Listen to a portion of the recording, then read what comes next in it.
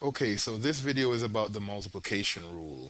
And before we get started with that, there's a definition that we need to look at. Actually, a few pieces of notation too.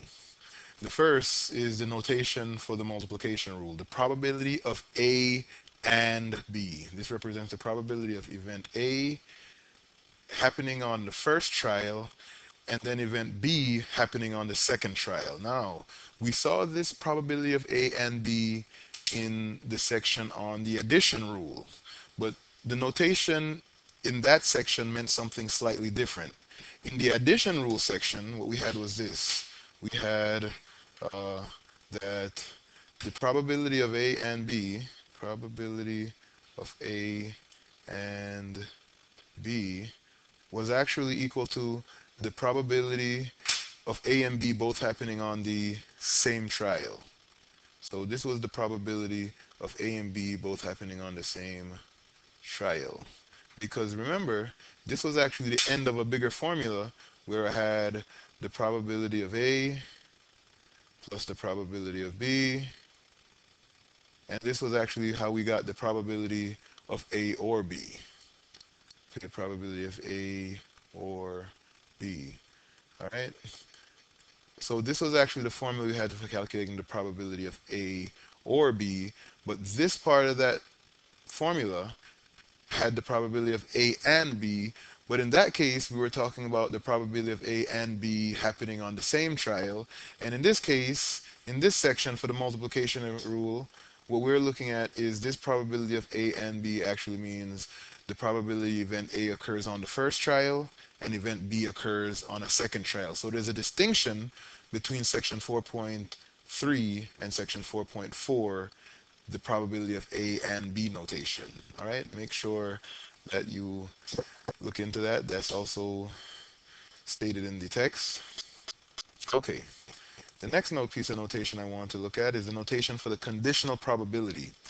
And this is this is red, the probability of B given A.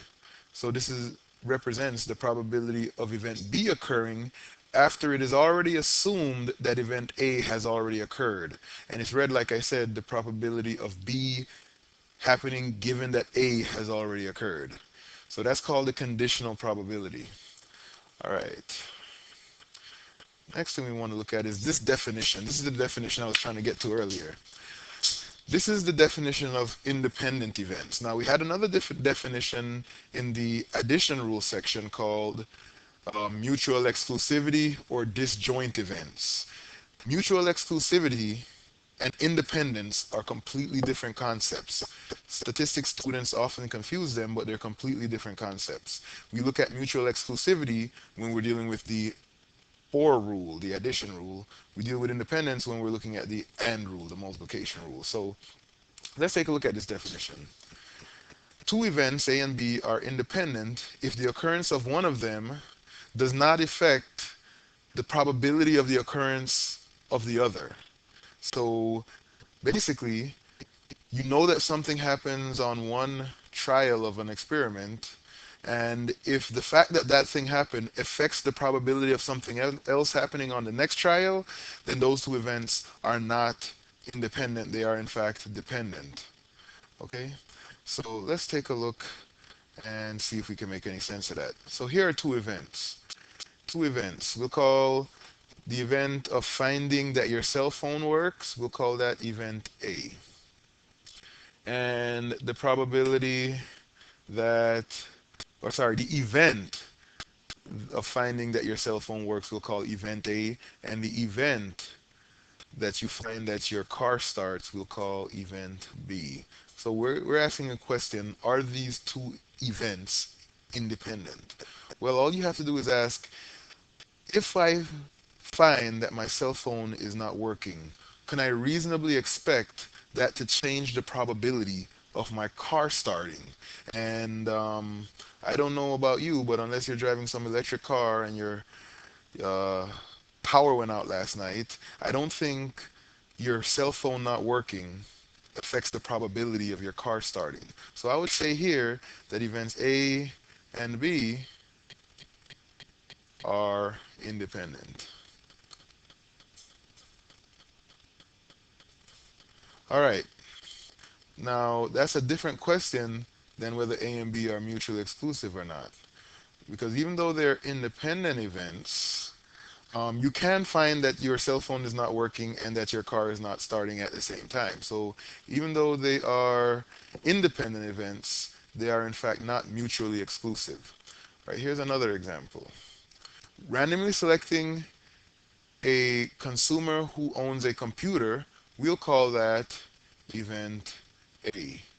And randomly selecting a consumer who uses the internet, we'll call that event B. Now, if we randomly select a customer and that person owns a computer, that is greatly going to affect whether or not that same person has the internet. For instance, if the person doesn't own a computer, I would say there would be less of a probability that person uses the internet. Or if the person doesn't use the internet, I would say that strongly affects the probability that they own a computer. So events A and B here, I would say are not independent, but I would say that A and B are dependent. All right, so that is how we distinguish whether events are dependent or independent. Okay, so now we can finally get to our multiplication rule. When finding the probability that event A occurs in one trial and event B occurs in the next trial, multiply the probability of event A by the probability of event B, but be sure that the probability of event B takes into account the previous occurrence of A. So the formal rule is this.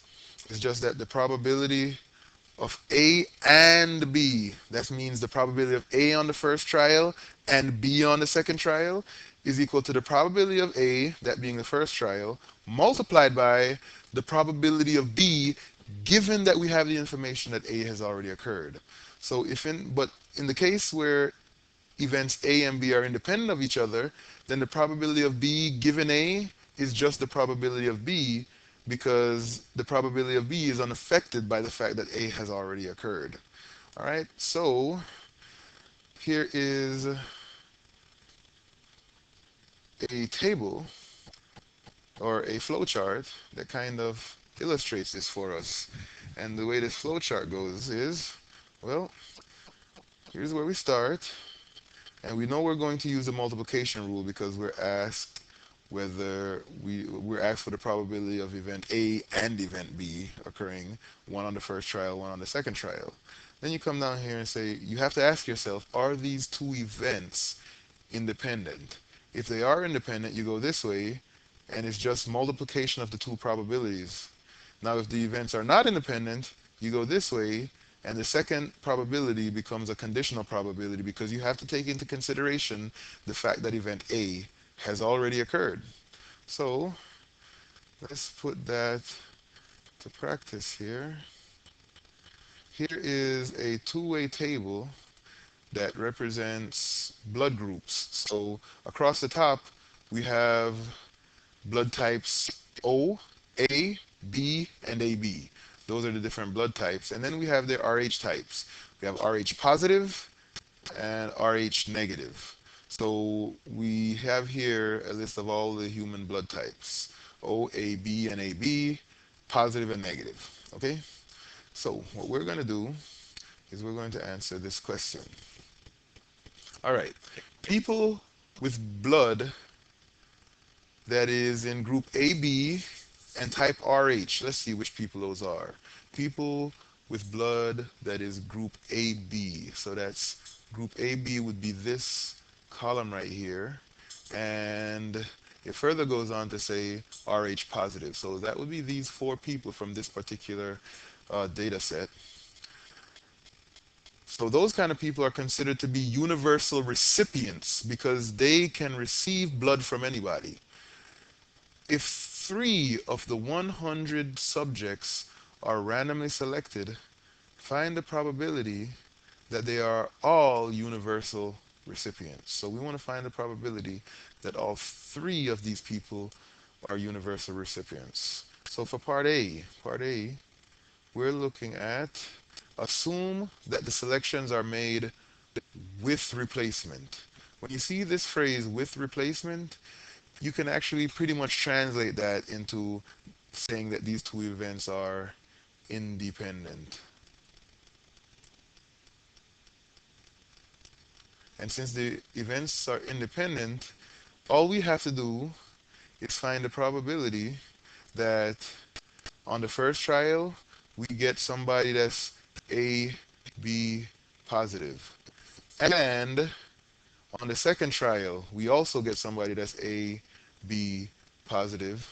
And on the third trial, we also get somebody that's A, B positive. So this is the probability of the first person being AB positive, the second person being AB positive, and the third person being AB positive. Now, because we're doing this for part A with replacement, once we select that person, one of those four people who is AB positive, we actually are going to put that person back into the pool so that they can be selected again. So that the probability that they get the probability that the second person is AB positive is the exact same as the probability that the first person is AB positive. So let's go and do this using the relative frequency method. Relative frequency approximation says take the four people who are AB positive out of the total of 100 people. Remember, we had 100 subjects. So those four people out of 100 are AB positive. I'm selecting one of those four out of the 100 people. Now for the second one, we're going to multiply, remember we're in the multiplication rule, by the probability that the second person is AB positive. Now, the first person we took out that was AB positive, we're actually going to put them back into the pool so they can be selected again. So there are still four people who are AB positive out of the total 100 people.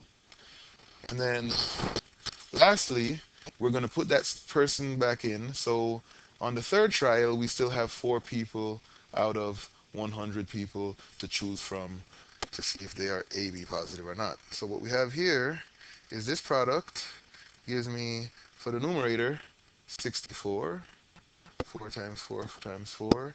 And for the denominator, we have,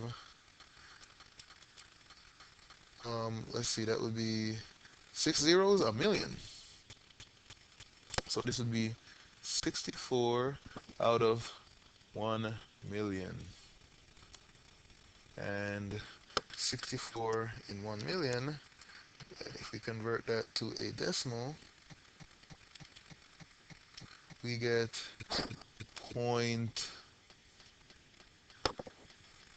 1, 2, 3, 4, 0.00064.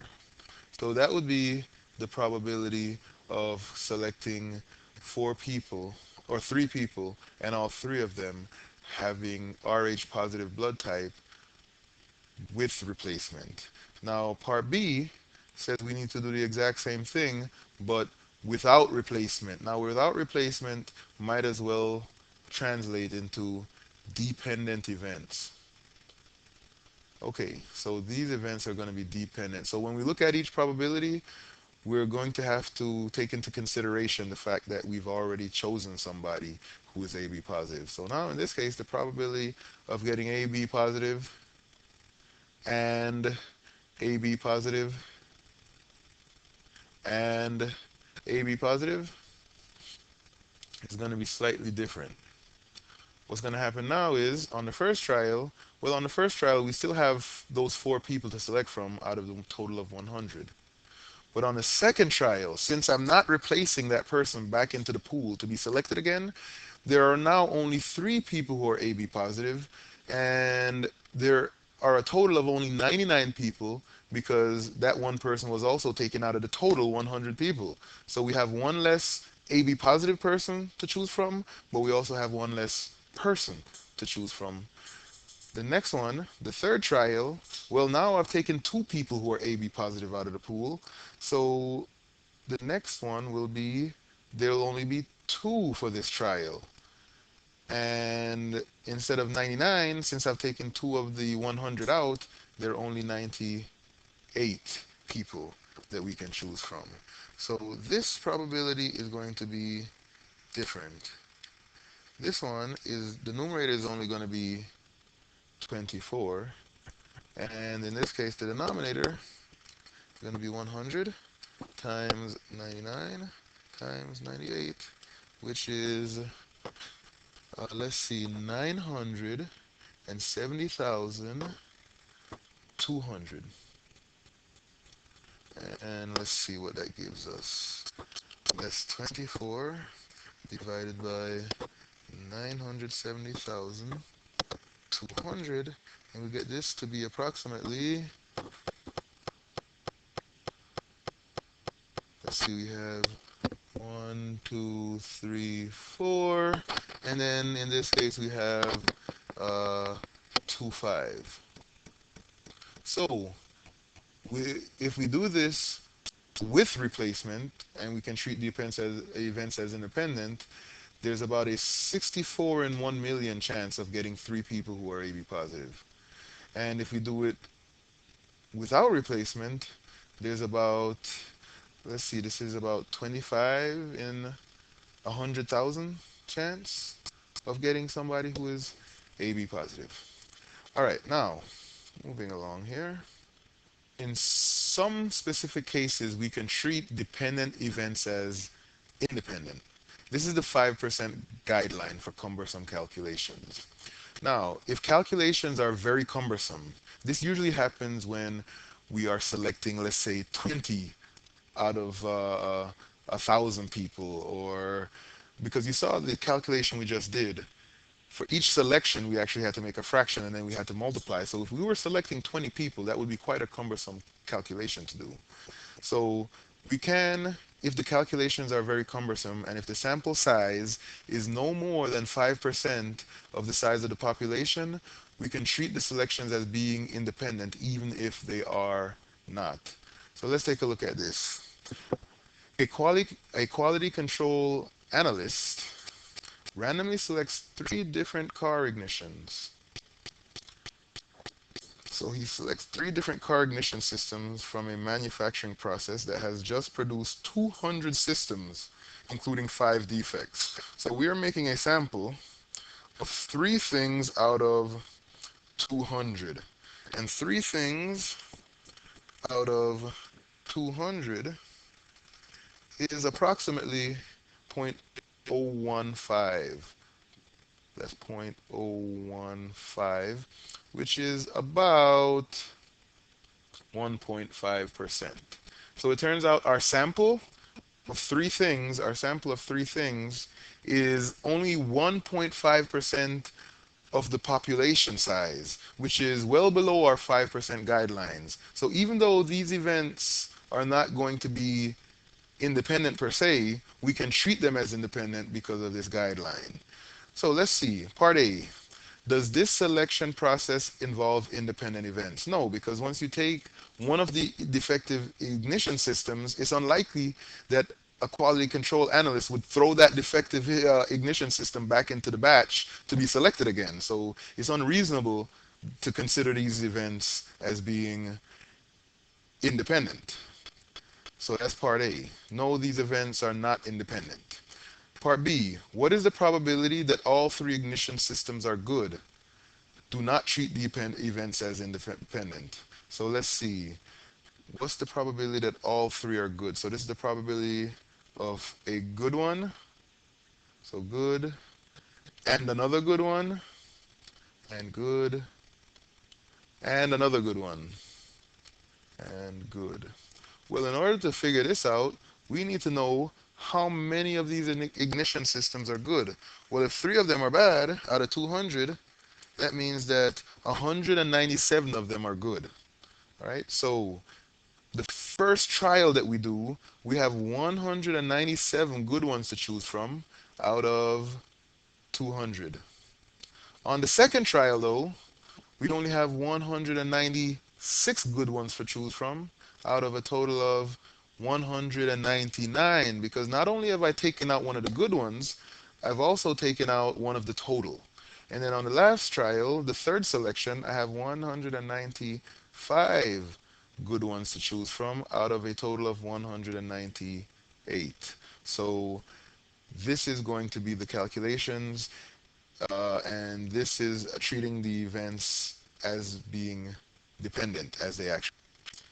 Now, this probability turns out to be 0.955. So if we treat these events as being dependent events as they actually are, we get the probability to be 0.955. So now, part C says to use the 5% guideline to do the same calculation. So this was part B, and now we're going to do part C. So once again, the probability of a good one, and a good one, and another good one. So we're looking for the probability of good, and good, and good. Three good ignition systems on three trials. Well, in this case, we're using the 5% guideline. Remember, our sample size of 3 was only 1.5% of the total population size, so we can actually treat these things as independent events. And we have 197 out of 200 for the first trial, but because we're treating them as independent events, we still have 197. We're treating them as if this were with replacement. 197 out of 200 again. And then we also have another 197 out of 200 because we keep replacing the defective, we keep putting it back into the pool to be selected again. So this calculation, 197 over 200 to the third power, 197 over 200 to the third power, which is about 0.985. Now, part D says, which answer is better? The answer from part B or the answer from part C? Well, it depends on your motive. If you are just looking for a quick estimate, the answer from part C would be better, even though it's not the exact probability. The answer for part B is more exact. It's the correct answer, treating the events as they should be treated, as being dependent.